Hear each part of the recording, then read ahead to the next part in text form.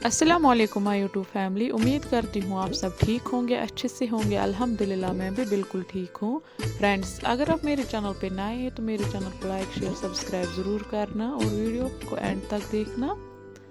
आज बनाओ home made gave. यह निमस ये पतलस मज मलाई यह फेंटवन असल पे विस्क सत।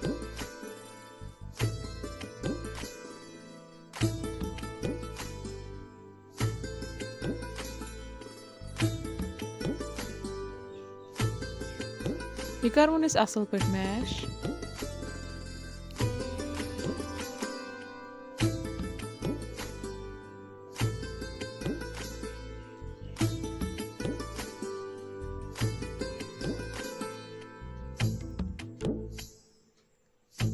वो करो थोड़ा बहुत आब ऐड। ज़्यादा तोत आब ऐड कर कहें, थोड़ा बहुत गस ओड तुरन तो ओड गर्म।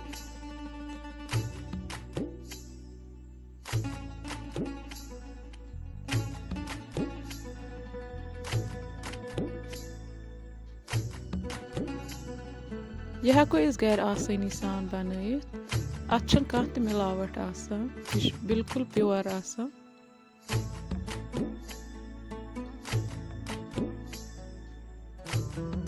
हेको बटर ते बनइथ, गेव ते बनइथ।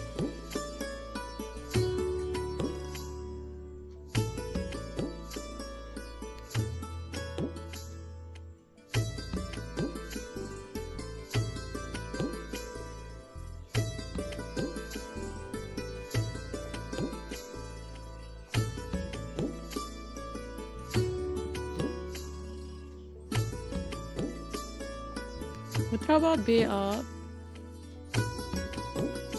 युथ यह अक्सी जाए जमा गमिच बटर।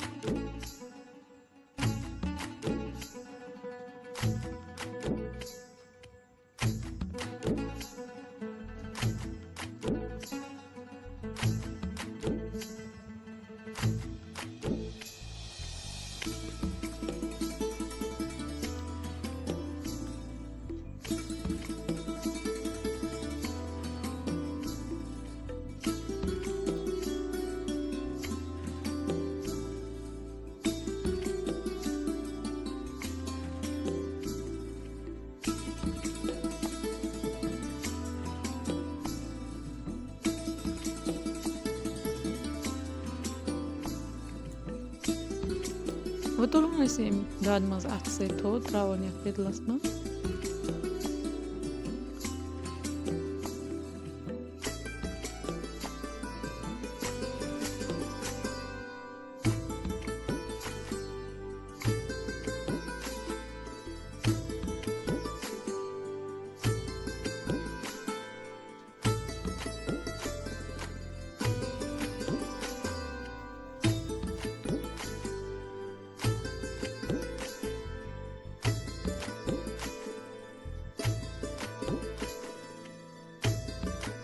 माशाअल्लाह तो हेको वुचिथ यह कۭژاہ सॉफ्ट गमज।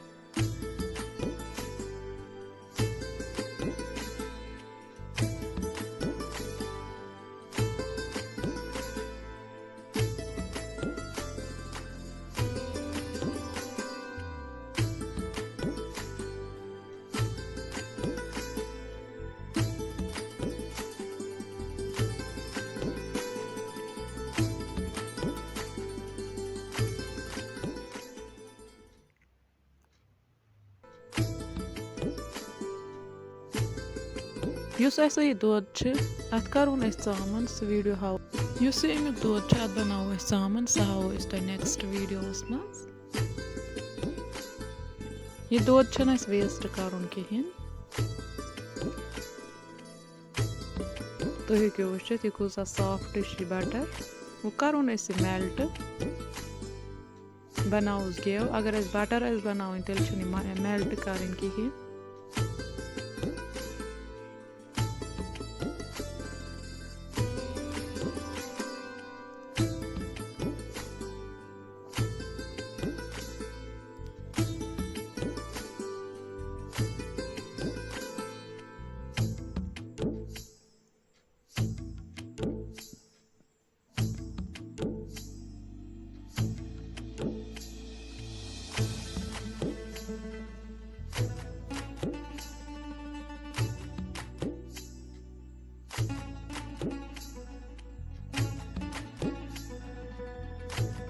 यतन गम सैल मेल्ट वो करोन ट्रांसफर कंटेनरस मज।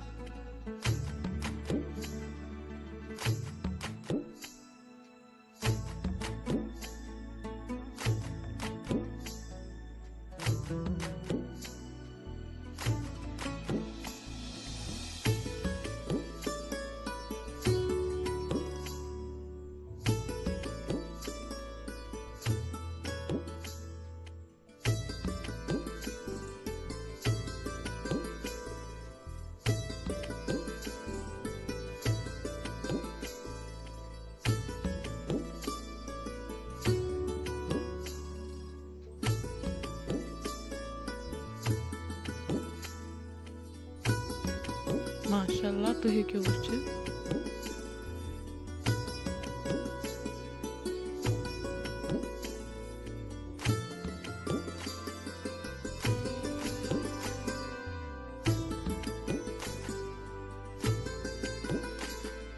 अगर तुम सोन वीडियो पसंद आमुत लाइक शेयर सब्सक्राइब कर कमेंट बॉक्स में दीजो पन फीडबैक समखो नईस अकिस वीडियोस मज तोतान थो दुआन मज याद बे थो पन ख्याल अल्लाह हाफिज।